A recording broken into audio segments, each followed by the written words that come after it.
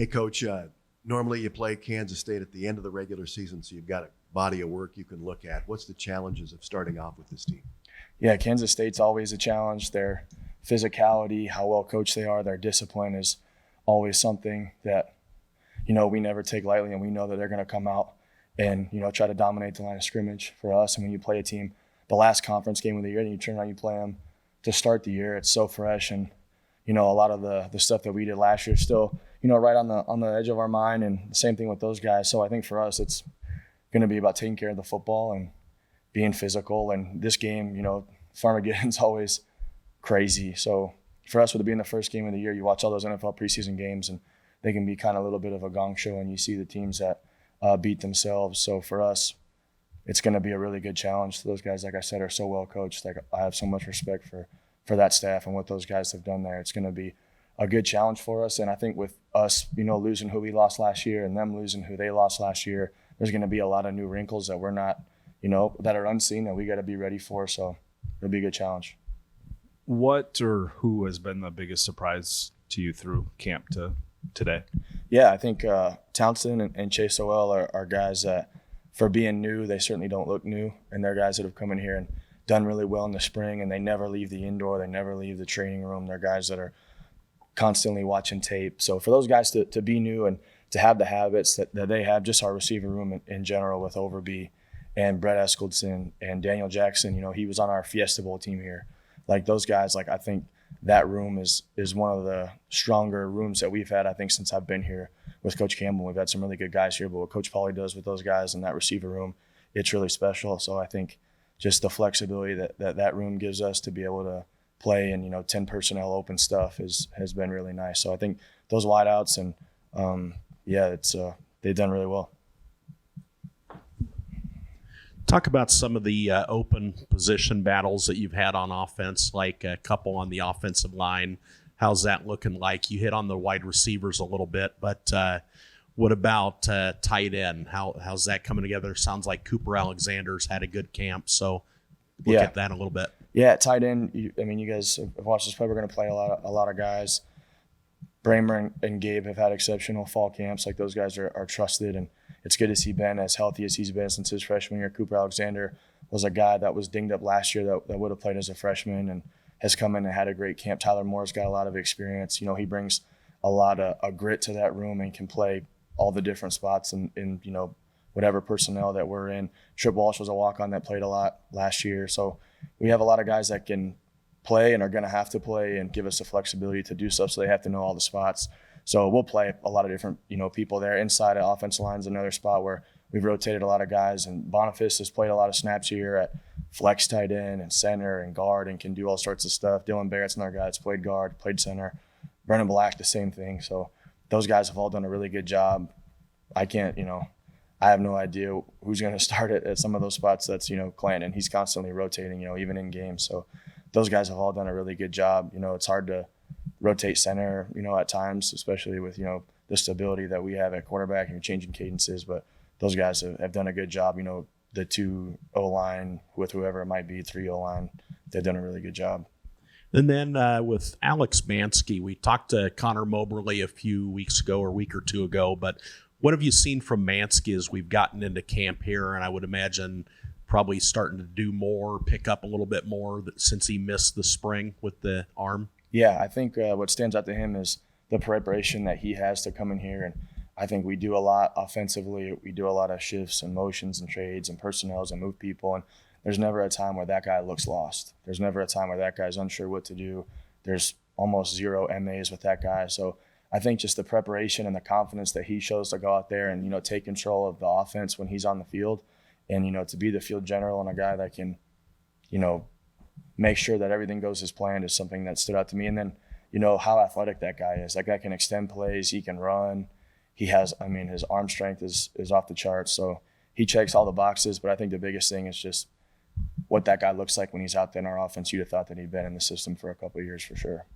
You talked about there for a second the cadence with the center and quarterback. With this game being a neutral site game, does that eliminate some of the stuff you guys would have otherwise had to do if this was in Manhattan with silent counts or anything like that? Does that streamline some of that?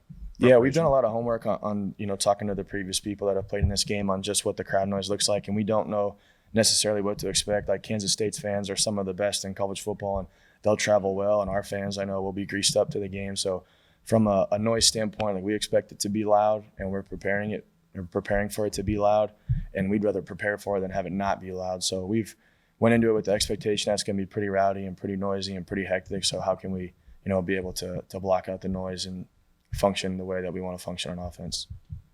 With the tight end room healthy this year and a big strength, what do you anticipate being your best personnel? 11, 12, 13? Yeah, I think that's a tough question. I like playing, with a lot of tight ends, but I think, like I said, with the wide receivers, like I think for us to be able to play in some 10 personnel and spread some things out with all the wideouts we have is a good, be able to give the tight ends that we have a blow. So I think we'll probably be, a 11 and 12 personnel team that swings and plays in a lot of 10 personnel and has the ability occasionally here to sprinkle in a 13 or a 14 personnel. But it's going to be hard for us to keep, some of the speed and some of those guys off the field, I think. So, I'm biased as the tight ends guy, and I love those guys, and we'll definitely find a million wrinkles to get those guys the ball. But it's going to be interesting, You think you know what the strength of your football team is, and then sometimes it takes you through the first bye week or the first couple of games and see who your playmakers are when the lights are on.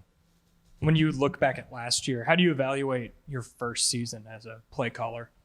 Yeah, I still have a lot of bitterness at myself just for, some of the games and calls that got away from me. And, the Big 12 championship game is something that I still think about probably too often. And for me, like, I'm so grateful to be the offensive coordinator with the staff and the kids that we had to be able to give back to Coach Campbell for everything that he's given me. But you look back and there's a lot of like what ifs and, things we could have done different. And I'm happy for the success that the program and the fans and everybody had. And I still like kick myself at times for certain things, and you never know like what would have happened here and there, and you have to live with it. And that's fine. There's enough to worry about, going forward too. But I try not to dwell back on, last season. It's all learning opportunities and growth for me and our offense. And what can we learn from last year that, I can't do going forward, and, everything I can do to put our offense in a better situation. With the K-State game usually taking place later in the year, how much does not having current 2025 film of them affect the way that you build a game plan for a week 0 game? Yeah, it's tough. You could chase ghosts a little bit for sure, because you play like the mind game of like, they saw us do this, so they're going to prepare for this, but they're going to know that we watched them do this, so then they're not going to do this. And you can go into some crazy rabbit holes. For us with Coach Campbell, as long as I've been with him, it's always been players, formations, and plays. And through camp, like, how can we find out who our best players are, and how can we find good ways to get those guys the ball and let them go win games for us? Because it doesn't matter if I'm calling the plays or who's calling the plays. Like, we have really good players here that have to go execute. And how can we put them in spots to go have fun and be confident and make plays in some unknown looks where you don't know exactly what it's going to be. And we haven't always, got up to the best start here at Iowa State since I've been in here offensively. So for us, like, how can we learn from all those moments I just talked about and be able to go, get off to a good start? So does for like a season opener, like, do you find that it's more interior focused, tailoring game plans to your strengths rather than worrying about what opponent may do or may not do? Absolutely. For us, it's, how can we play into our strengths as an offense that we know coming out of camp, and who are our best players? How can we take care of those guys, get them the ball, and put them in spots to go be successful when you don't know exactly what the defense is going to look like? And there are some unscouted looks, and the situations that are coming, you might not necessarily know how they're going to line up in some of them. So it has to go back to what your foundations are as an offense. When Ben was hurt last year, Gabe really came on. How exciting is it for you now to think about the prospect of having both those guys out there, both fully healthy, and what that could do for this offense?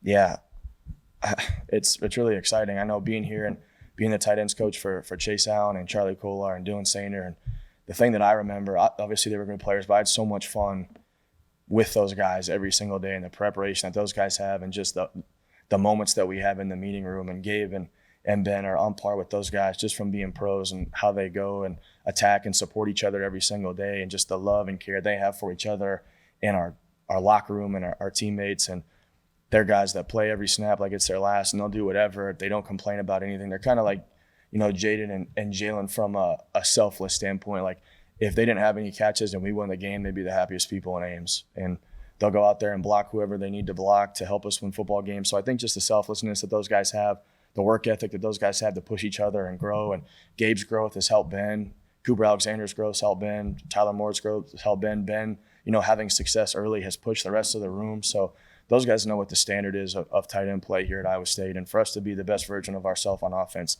they're going to have a great season. Sticking with the tight ends, if you look at Gabe Burkel's game logs from a year ago in the first 6 or 7 games, I think he had 1 or 2 catches for 13 or 15 yards. And then over the last 7 games when Ben was out, it was close to 300 yards receiving. How do you go about making sure that his production isn't dependent on Ben, or that he's able to produce along with Ben in the pass catching game? Yeah, I think Gabe, kind of similar to Chase Allen, is like he's at the mercy of being one of the best on the ball blockers that we have here too. So he's one of the most trusted people that we have on the line of scrimmage. It's really tough to block defensive ends in this conference and defensive ends in football in general. And I think Gabe is exceptional at doing it. Steve O'Klotz was exceptional at doing it. So, playing into the strength of our offense, like I talked about, he's one of the best on the ball guys we have. We're lucky enough to have other tight ends that have other strengths and other receivers that we can play into those strengths. It doesn't mean that Gabe's not going to get plenty of touches, because I think the flexibility that he gives us is, we're not always running the ball when 84 and 49 were in. Like, we got better as an offense when we were throwing it more when Steve-O and Gabe were on the field. We weren't so predictable from a personnel standpoint. And Gabe has one of the best hands. He's one of the contested catches that guy makes, I think it injects a lot of confidence into Rocco, where it doesn't have to look perfect. But Gabe's one of the biggest people in Iowa, and he can go out there and make big catches. So for us, it's going to be fun to move that guy around and put him in spots to block people and make big catches. And he's earned the right to do a lot of stuff in our offense. On the offensive line, Coach Clanton talked about maybe it being a little bit important to find the starting center before other spots, just so you know who the anchor of that offensive line is going to be. Where do you see that competition at right now between those 3 or 4 guys, and how does it affect who starts at guard as well? Yeah, Coach Clanton's done a good job of breaking the snaps up with those guys and kind of having a 3-way split between right guard, center, 2 right guard of Dylan Barrett, Brennan Black, Jim Boniface, and allowing those guys to play center, play right guard, and then, to be able to do some of the heavy stuff that those guys did in our offense. And he's challenged those guys to kind of learn the whole offense, where it's not just so specific to the O-line. And I think it's allowed us to have a lot of flexibility. And you have guys like Austin Barrett that have showed up in camp that have done really, really good. Rutledge is another guy that's done really well. So we have a lot of flexibility, and Clanton and Jackson Scott Brown do such a good job of never leaving the facility and working with those guys. And they do center school, throughout the whole year, and they're training all these guys to snap with both hands and all these things that are crazy. And they take a lot of pride in being the center. We put a lot on that position to make everything right. And those guys have done a good job in, providing a leadership role and, making sure they're taking good strides on our short yardage stuff. And they've all done really well. It'll be a tough decision for Coach Clanton for sure. Where does Rocco need to improve most in 2025? Yeah, I think no different than myself and the rest of our offense. There's consistency things here and there that are always challenging, and there's just a hair off here and there, and timing ways, and how can we put more on his plate to, from a checks or a kill thing like that, and be able to take control of the offense, which he did such a good job of it last year. So for us and, myself, there's a couple little things here and there. Can we be a little bit more detailed, or just a hair on this way with this throw and this read, or how can we make the play easier for him and accelerate his vision to play confident, because he's a master of everything that we throw at that guy. And Coach Waters has done a great job of just breaking down the inches of that guy from foot angles while he's throwing stuff way over my head, from a quarterback standpoint. He's another guy that doesn't leave the facility. Like, he's in there with Coach Campbell. He's watching it, wants to know what he thinks, comes down to our offensive staff room, wants to know, what we thought or what could have been better. He comes in and he does a really good job of taking accountability all the time, which is what you want from some of the best leaders on your offense.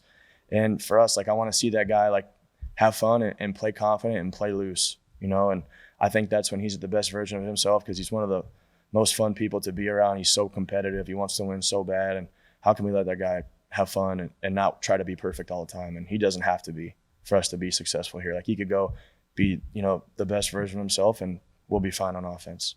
And I think of the trajectory of college athletes. Junior year is generally a year that's great for them. Is Rocco's development any different because he played so much as a freshman and sophomore? Yeah, I think, I don't know if it's different, at least being here with Brock and he played a lot. I think the hard thing for those quarterbacks is there's a lot more pressure on the position now with quarterbacks, and even when Brock was here, which is what those guys have to go through, and you're being, recruited from other schools, and there's a financial burden that's involved in it now, and there's all these other things that college kids have to worry about, where it's not just you're a college kid playing quarterback, and they have to manage that now. And Rocco's done an incredible job of that. He's so selfless. he's, like I said, he's always around. He cares about so many people. So, like I said, if we could just keep it about football and allow him to have fun and block out the noise of the expectations and the growth, he's really special. He's really talented. He's really driven. He could be one of the best quarterbacks in the country. And I think he keeps making strides to be that.